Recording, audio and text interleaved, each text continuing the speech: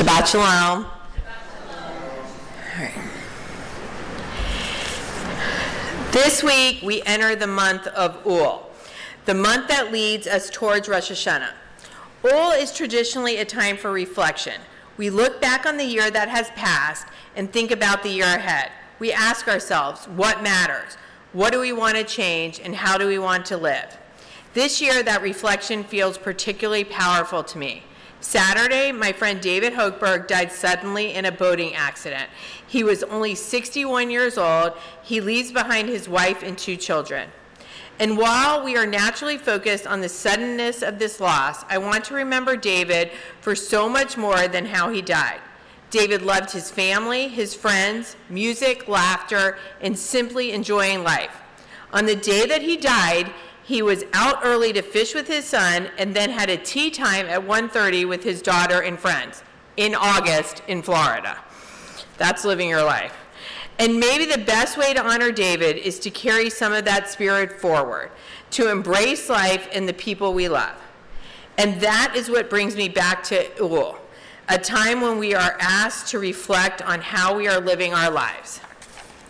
There are some losses that are so sudden and unexpected that they stop and make you look at your own life differently. Because the truth is, we all live as though we have more time. We make plans for next month, next year, retirement, next vacation. We say we'll get together soon. We assume there will be another birthday, another dinner, another boat ride, another ordinary Saturday together. And most of the time there is, but we don't actually know that there will be. That isn't meant to be a frightening thought. It could be a beautiful one. Because if we truly understood that our time is limited, maybe we would become better at savoring the time we have. We might linger a little longer at dinner. We might watch the sunset instead of rushing past it. We might take the trip. We might call the friend we've been thinking about. We might tell our children how proud we are of them, not just on big occasions, but on an ordinary Tuesday. We might put our phones down and really listen when someone is telling us a story. We might stop waiting for the perfect time to enjoy our lives. There is a beautiful Jewish concept called Hakarat HaTov, recognizing and appreciating the good that is already present in our lives. Maybe that is one of the lessons we can take from a tragedy like this. Not that we should spend our lives worrying about what might happen tomorrow, but that we should become more awake to what is happening today. Because so much of life is made up of moments that don't seem particularly important when we are living them. A cup of coffee with someone we love, a family dinner, a mahjong game with friends, a walk outside, a conversation in the car, a vacation we almost didn't take, a completely ordinary day. And then sometimes we realize those ordinary days are actually the extraordinary parts of our lives. The beginning of Ul tells us to wake up to that. It asks us to look at our lives while we are still living them and ask, am I paying attention? Am I appreciating the people who are here? Am I making time for the things that bring me joy? Am I telling people I love that I love them? Am I creating memories instead of simply making plans? None of us know how many chapters our stories will have, but we do have control over what we do in the chapters we are in.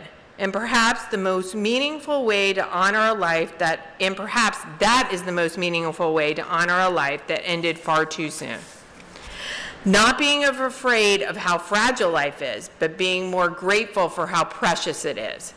David's children, Ben and Jackie, should have had many more years with their father. His wife, Lori, should have had many more years with her husband. There is no way to make that loss make sense.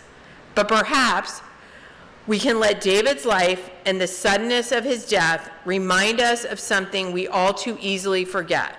We are not promised a certain amount of years. We are given today. So let us enjoy today. Let us love the people who are here. Let us make memories. Let us take the trip or go to the concert. Let us sit at the table a little longer. Let us laugh. And when we have the opportunity to choose between being busy and being present, perhaps just a little more often, we will choose to be present, because someday we will look back and realize these ordinary moments were our life. May the memory of David be a blessing to his family and everyone who knew him. And may his life remind us all not to live with the fear of death, but with a deeper appreciation for the extraordinary gift of being alive. I'll end with the first verse of a song that David and Kenny Jacobs wrote and recorded with their band, the Little Kittner Boys, entitled, Drink the Best Bottle First. Gather your friends and celebrate life. Laugh with your children. Hold hands with your wife. Never gonna know when it's your time in the hearse, so always drink the best bottle first. Yes, always drink the best bottle first. Shabbat Shalom.